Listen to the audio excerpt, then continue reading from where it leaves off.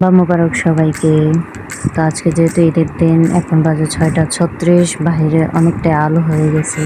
যেহেতু ঘরের বউ, প্রায় 5টার দিকে ঘুম থেকে উঠলাম, নামাজ পড়লাম, কোরআন শরীফ পড়লাম, একটু ভিডিও ক্লিপ নিলাম। এদিকে আমার হাজব্যান্ড ঘুমাচ্ছে। তো ভাবলাম রান্না করতে যাওয়ার আগে সব কিছু আমার হাজব্যান্ডকে বুঝিয়ে যাই। ঈদের জামা যেহেতু খুব তাড়াতাড়ি হয়ে যাবে, এদিকে 7টায়, তাই আমি তার এক এক করে সব কিছু রেডি করে ফেললাম, চলে গেলাম রান্না করতে।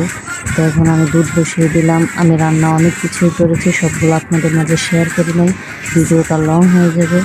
তো এদিকে আমি মুরগিগুলো মেরিনেট করে রাখলাম, একটু ভেজে রান্না করব। তো এদিকে আমার শ্যামের রান্না কমপ্লিট। দেখেন শ্যামের লুকটা খুব সুন্দর আসছে। পোলাও বসিয়ে দিলাম। আমার হাজব্যান্ড ফ্রেশ হতে গেছে, তাই তার জন্য খেজুর আর শ্যামাই রেডি করে রাখলাম। উনি বাড়ি হওয়ার পরে খেয়ে মসজিদে যাওয়ার আগে আমরা একটু ছবি তুলে নিলাম। এদিকে দেখতেই পাচ্ছেন কুরবানির রুটি, গরুর মাংস না হলে তো হয় না, তাই আমি রুটি এক এক করে প্রায় অনেকগুলো 70টা রুটি বানিয়ে ফেললাম।